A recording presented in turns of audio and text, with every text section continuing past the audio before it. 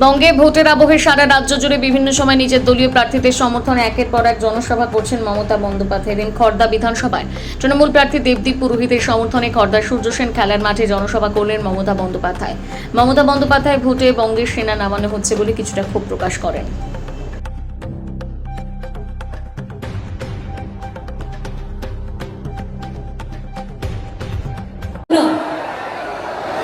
আটকে রাখলো, মানে ঘুরিয়ে ঘুরিয়ে ঘুরিয়ে সব ট্রেন নামালো।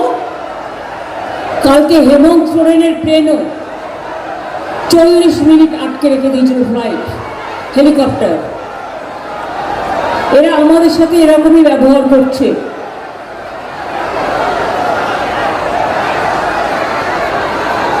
এয়ারপোর্টে আপনি গেলেন তো বিজেপির লোকগুলো ওখানে বসে আছে,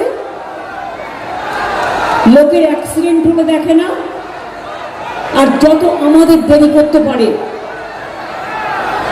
পারমিশন দিতে দেরি করে, মাঠে পারমিশন দিতে দেরি করে।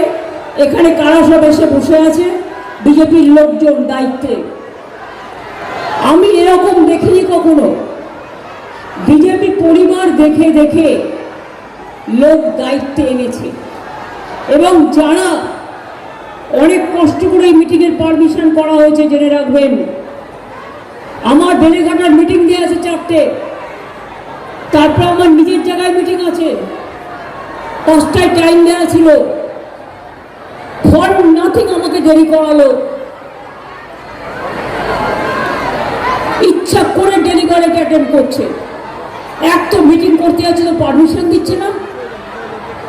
এমনকি আমার মিটিংয়ে এখানে কি একজন কেউ কেটা এসছেন, সেটা কি বিরাট বড় নেতা বিজেপি, আমি তাকে চিনি ভালো করে। ইলেকশনের সময় তার ডিউটি পড়ে, বিজেপি দেখে দেখে ডিউটি দেন। এই জেলাটাকে জ্বালিয়ে পুড়িয়ে খেয়ে নিল। আমি সব জানি, একটু সহ্য করুন। তারপর এর বদলা গণতন্ত্রের ভোটের বাক্সে নিয়ে তারপরে আমরা এদের ক্ষীরের নাড়ু পাঠাবো, যাতে ভালো করে খেতে পারে।